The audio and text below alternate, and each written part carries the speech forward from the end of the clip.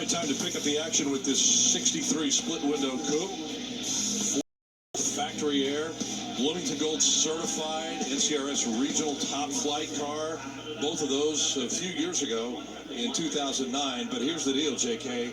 Factory air and a 4-speed in the split window coupe. First year for a lot of things in 1963, but you're right, Scott. The big news is the fact that it was a factory 4-speed coupe with air conditioning, and not a lot of these cars were built.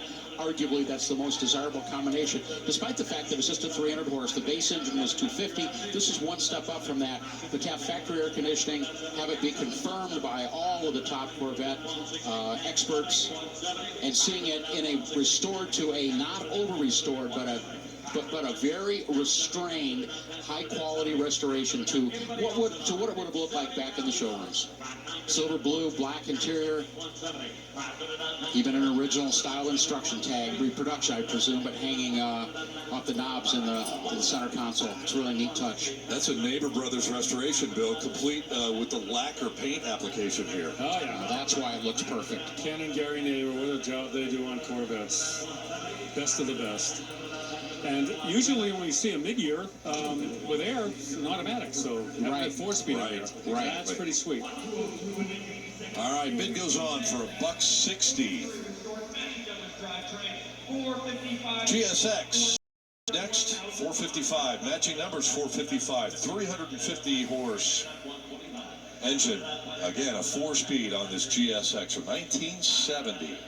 Yeah, 4-speeds and automatics were available on the debut year of the GSX. 2 colors available, Saturn Yellow, Apollo White.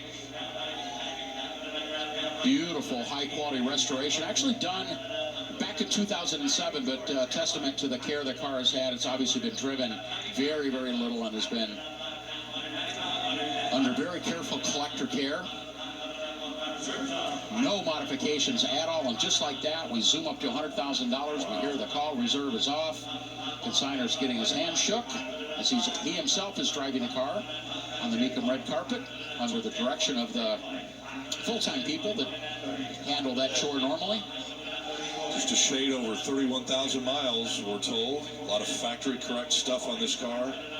Yeah, I think the fact that the car has been completely taken apart, rotisserie restoration, probably has to take away a little bit from the claim of an original mile car. I mean, the car's been taken apart, restored, put back together again. How much of the originality, including the miles, is connected or relevant? Yeah, it's a little fuzzy. It gets very fuzzy. A lot of the guys will take it, it's legal to do, they'll take the odometers and they'll set them back to 0 on restoration. Oh, you know my brother-in-law. Very well. He doesn't need a restoration to take that odometer back. Right? You got it. 155.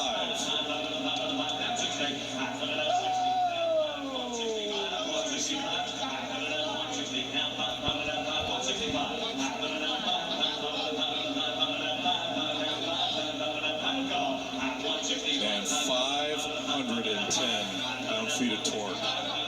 You know, the LS6 in 1970, the big block with the highest horsepower, but the GSX won the torque war. Yes, it did. In those days, man. Yep. 6'5". I'm trying to think if there's a lot of collectible muscle through it that would pull this kind of money. And no. Ultra low model stage 1 car maybe, or I don't know. What about a GNX? Are they floating with 100 grand these days? You're talking about for the 80s? Yeah, but not of this model, not $170,000.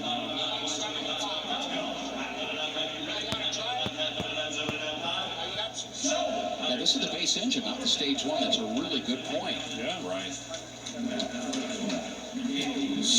160 for the GSX.